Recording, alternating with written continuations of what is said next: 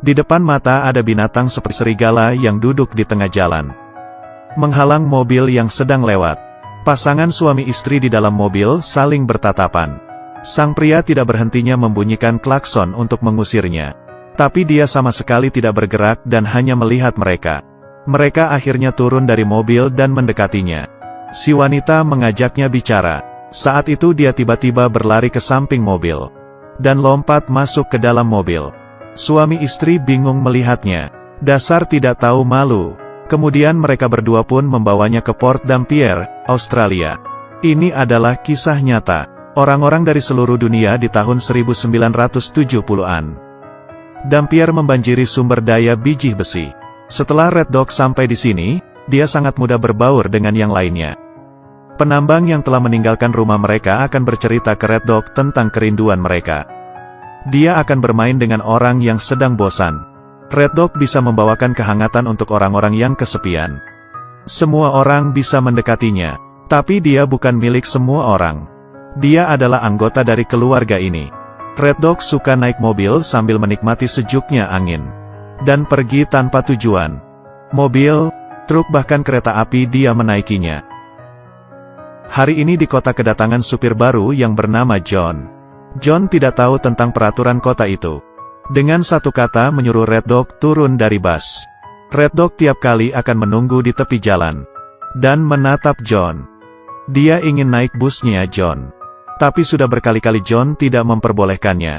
Suatu hari setelah pulang kerja, John datang ke bar. Melihat sekelompok orang sedang mengelilingi Red Dog. Red Dog sedang memakan makanan dari kaleng. Dan orang di sekelilingnya sedang taruhan berapa lama dia menghabiskan makanan. Meski semua orang menyukai Red Dog, tapi mereka tidak tahu kalau hal ini adalah suatu penyiksaan. Kemudian ada orang yang mengeluarkan seekor ayam hidup dan menyuruh Red Dog makan mentah-mentah. Saat itu John pun berteriak dan berantam dengan si botak. Di saat mereka terus berkelahi, saat itu Red Dog terus menggonggongi si pria botak. Red Dog yang biasanya selalu tenang dan tiba-tiba mengeluarkan amarahnya. Si pria botak pun mundur perlahan-lahan. Hal yang mengejutkan ini, Red Dog yang bukan milik siapa-siapa, mengikuti John keluar dari bar, dan akhirnya mendapatkan persetujuan dari John boleh naik ke bus. Sejak itu Red Dog mulai memiliki majikan yang sesungguhnya. Satu-satunya majikan yang ada di dalam hidupnya. Wanita berambut pirang ini bernama Nancy. Dia menaiki bus yang penuh dengan pria dan mereka semua langsung pindah ke sebelah jendela. Merapikan kumis mereka, dan melihat Nancy yang memutuskan untuk duduk di mana. Dia hanya terdiam, dan melihat Red Dog di baris pertama. Tapi Red Dog tidak ada bermaksud untuk memberinya duduk. Down.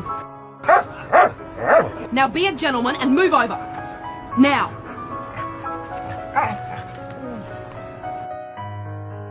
John kembali ke bus dan melihat Nancy duduk di sebelah Red Dog.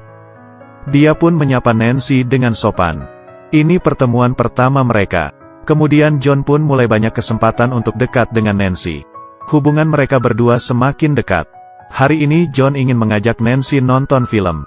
Nancy pun mengiyakan. Malam hari John menitipkan Red Dog di rumah teman kerjanya. Dia tidak ingin mengajak Red Dog. Ini adalah malam yang indah dan damai. Tapi pikiran John dan Nancy tidak fokus ke film. Saat itu muncul bayangan gelap. Red Dog di waktu yang tepat muncul di depan mereka. Dia sedikit tidak puas. Tapi dia tidak bisa apa-apa. Saat itu hubungan mereka berdua seperti matahari yang panas di gurun ini. Keduanya hidup bahagia bersama dengan anjingnya. Di suatu malam John mengundang semua rekan kerjanya. Mengadakan suatu pesta. Tiba-tiba dia mematikan suara dan naik ke atas atap mobil. Dan mengumumkan ke semua orang. Selama 10 tahun dia selalu mengembara. Sekarang dia ingin tetap tinggal di sini. Karena dia jatuh cinta dengan seseorang yang bernama Nancy. John pun berlutut dan melamar Nancy. Lalu Nancy pun mengiyakan.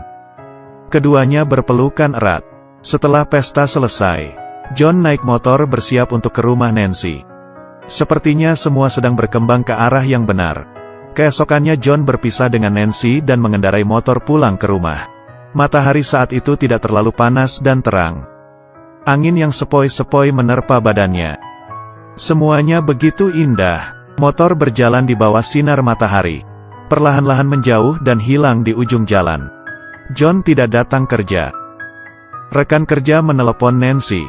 Nancy berkata John dari pagi sudah pulang ke rumah. Kemudian rekan kerjanya pun pergi mencari John.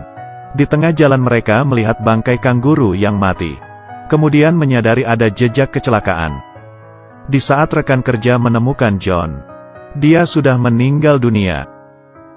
Red Dog yang tidak tahu majikannya sudah tiada, terus menunggu di depan pintu. Menunggu majikannya pulang. Semua orang sedih. Dan setelah pemakaman baru teringat dengan Red Dog. Rekan kerja sudah berkali-kali pikir untuk membawa pergi Red Dog. Tapi dia hanya mendengari majikannya. Dia di sana sudah menunggu selama 4 minggu. Dan terus menatap ke jalan. Kemudian bayang yang dikenal muncul. Suatu hari Red Dog memutuskan. Karena majikan tidak pulang, maka dia akan pergi mencarinya. Meski harus mengelilingi dunia, Red Dog datang ke tempat transportasi. Dan melihat semua muka orang. Seperti menanyai mereka, kalian lihat majikanku gak? Semua orang menggeleng kepala dengan kecewa. Kemudian Red Dog mulai mencari perjalanan John. Dia melewati pabrik garam, toko, dan bar. Dia terus berjalan dan selalu berharap. Mencari dari gelap hingga terang. Dari alam liar hingga ke gurun Gobi. Sudah meninggalkan jejaknya di hampir semua bagian barat Australia. Dan dia menaiki kapal kargo.